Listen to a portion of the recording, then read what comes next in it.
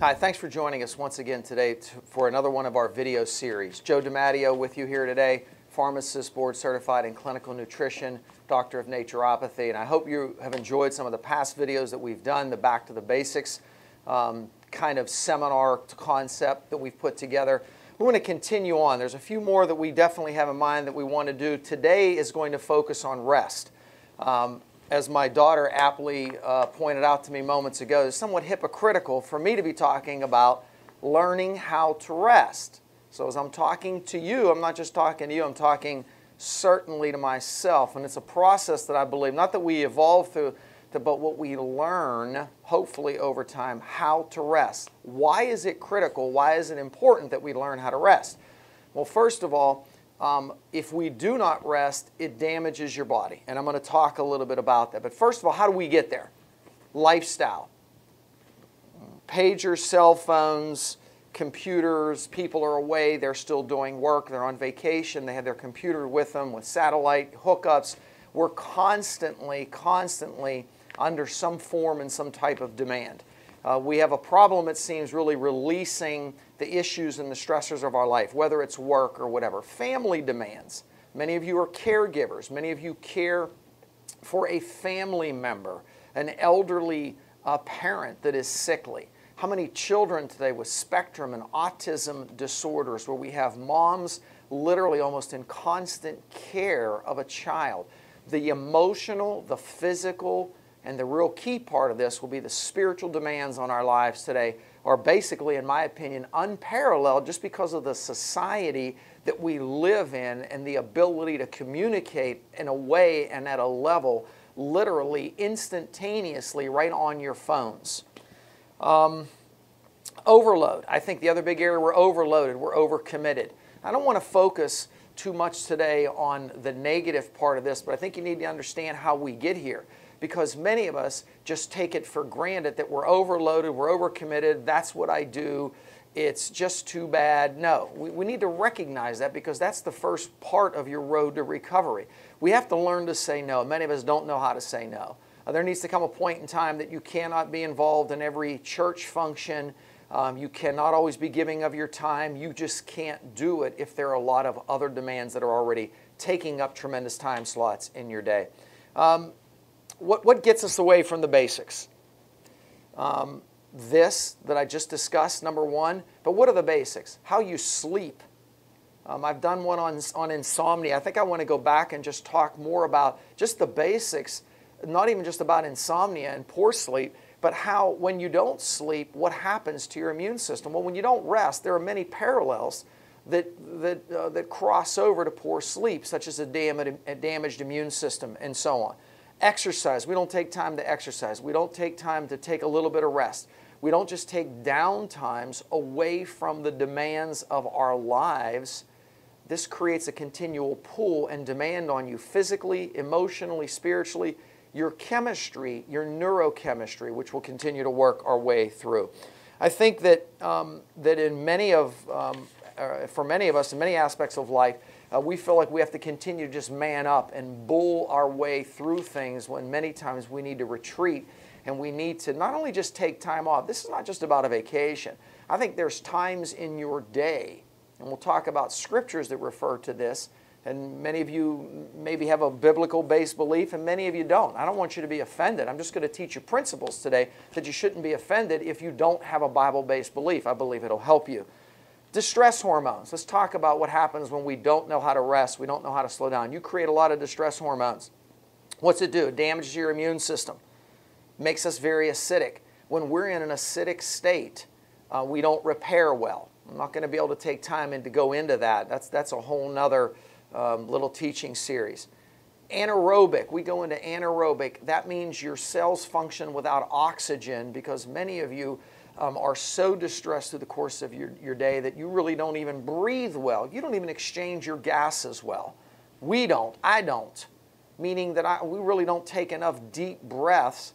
Therefore, you don't release enough of your carbon dioxide and you do not receive enough oxygen. You don't exchange your gases. Makes you very acidic. Stress hormones. High cortisol. What does it do? It breaks you down. It makes you catabolic. It damages the neurons in your brain. It short circuits your thought process, your memory. It makes you catabolic. Catabolic meaning you break down. You break down musculature, you break down bone mass. So when you're under a lot of stress and you don't unplug at times, what you're doing is you're producing a tremendous amount of cortisol, a tremendous amount of stress hormones, catecholamines that raise your heart rate, cause your blood pressure to go up, break your physical structure down, let alone the neurons in your brain causing a short circuit. This is all documented. It's all in the literature, by the way. This is not some fantasy. This is not something that I'm just dreaming up. So if you don't sleep right, you don't exercise, you do not eat right, you don't take sometimes during the course of your day to take a breather or to withdraw to some degree, you really do not give your body a chance to re-energize, catch up, reconstitute itself, and repair. Your first principal phase of repair is sleep during the different phases of rapid eye movement, deep sleep, and so on. That's really where you repair. But during the course of the day, if you don't unplug, you get in the way of just the basic mechanisms of repair on a daily basis. A couple of other areas I think are worth talking about. When we're under a lot of stress, we do not take time to pull away. Our musculature is just, we're tight. I know personally myself, I have a lot of muscle neck distress, and it's all stress and tension related. So again, as I'm talking to you, literally, I'm learning and talking to myself. Trust me, as well. Energy. A lot of folks feel that if they just keep pounding through, drink another soda, drink another cup of coffee, that's what'll get them through the day. Actually, the reverse is true. If you would just drink more water, you would eat high energy snacks, nuts, seeds, fruit, good sources of protein, hard-boiled eggs. Take a few minutes to just withdraw from the course of your day. You find your energy would be much better as opposed to drinking more stimulants. Rest. It improves depression. It improves anxiety disorders. And let me give you a rationale why. When we sleep well and adequately, when we learn to unplug, what we're able to do is make the neurotransmitters more effectively. High levels of duress in our bodies and stress hormones, and that fancy term that I use, those catecholamines, adrenaline, noradrenaline, cause an imbalance in your brain's ability to make the calming neurotransmitters, serotonin, GABA in principle. Now your neurotransmitters, there's a stimulatory side, and we've dealt with this in past videos. And there's a stimulatory side and there's a calming side. When you are under tremendous levels of distress, it is very difficult for you to rebalance those neurotransmitters. That's not something that you could wish upon a star. There's not something that you can do to make that happen. It's somewhat of an unconscious process that you're not even aware of that is taking place. But what is happening in your life is not allowing you to make these neurotransmitters in a balanced fashion.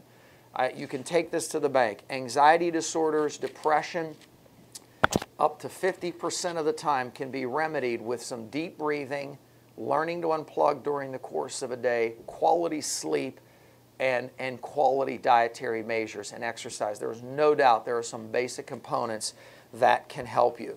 The other process that is really, really important, I feel, that is just overlooked, it leads to disease states. We don't sleep at night. We do not take time to rest. You raise a couple key markers in your body and you drop a couple of key markers.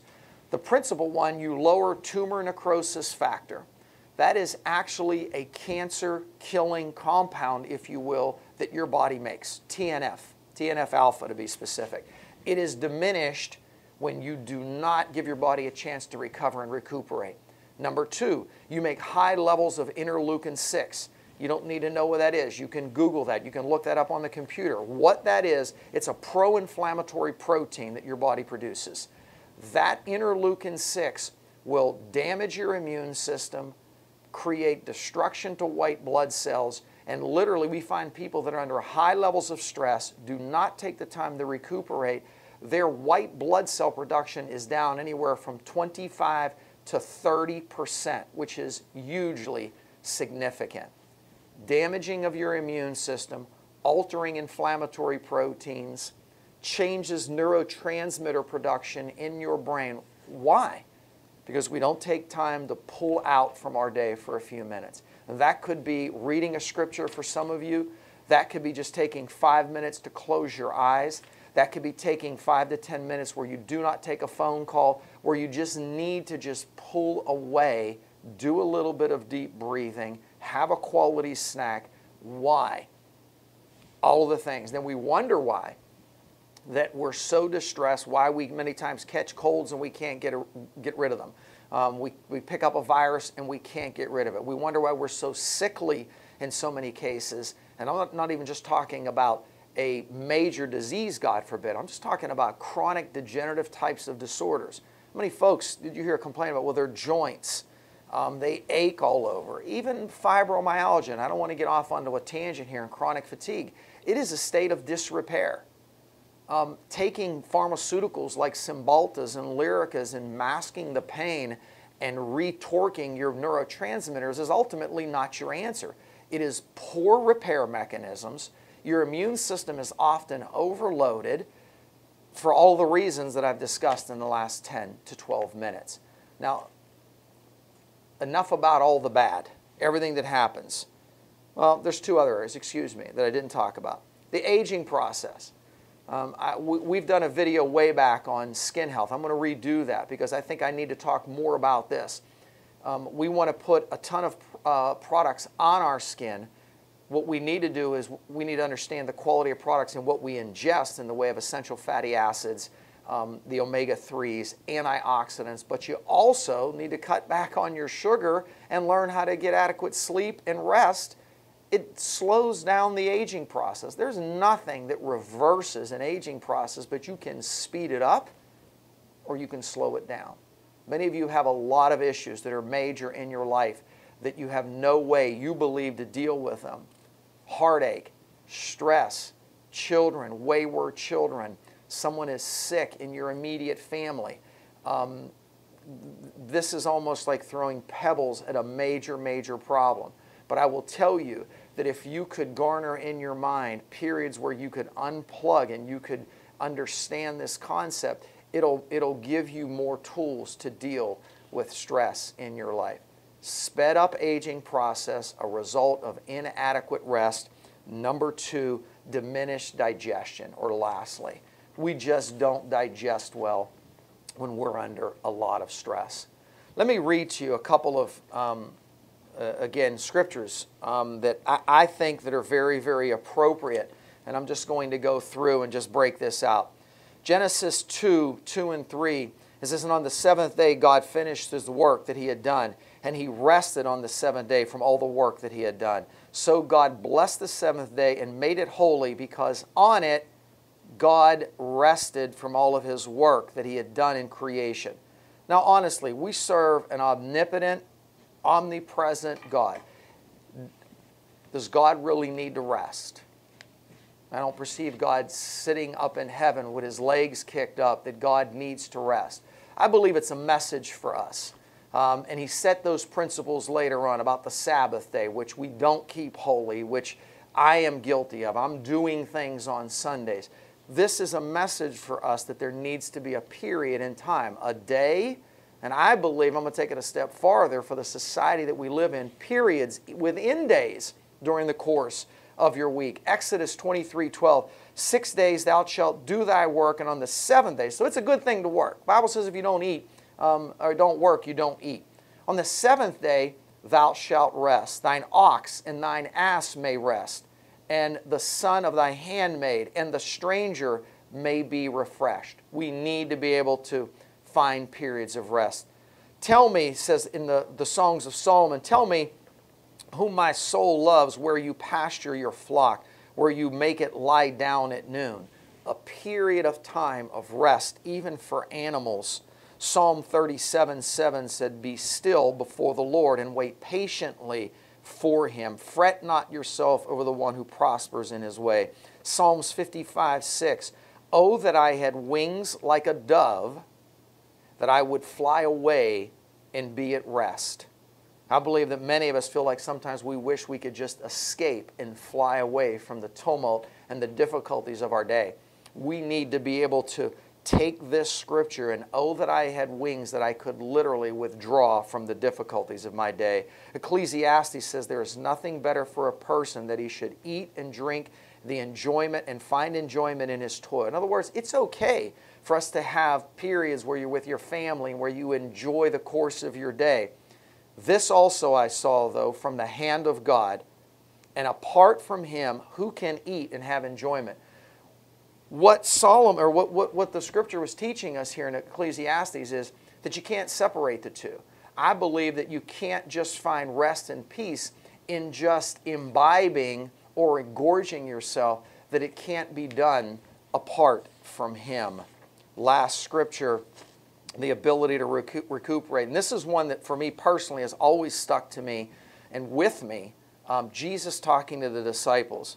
And behold, Matthew 26. Then came he to the disciples and said to them, sleep and take your rest later on, for the hour is at hand that the Son of Man is betrayed in the hands of sinners. Jesus was about to face the cross. But he still told them, look, you need to sleep and rest. It's just the timing is not now. So there's a time in our lives that we don't rest. But that doesn't mean that we never rest, right? Matthew 11:28 and 29. Come to me, all who are labor and heavy laden, and I will give you rest. And he said to them in Mark 6, come away by yourselves to a desolate place and rest for a while. For many were coming and going, and they had no leisure even to eat. He said to them, come away by yourselves to a desolate place and rest for a while, for many were coming and going and had no leisure even to eat. So whether you believe in God or the Son of God or not, that's not really even my issue. This is a basic principle that I believe applies to your life. God bless you. Thanks for tuning in. I hope you enjoyed the video, and I hope there's a good takeaway message for you. See you again soon.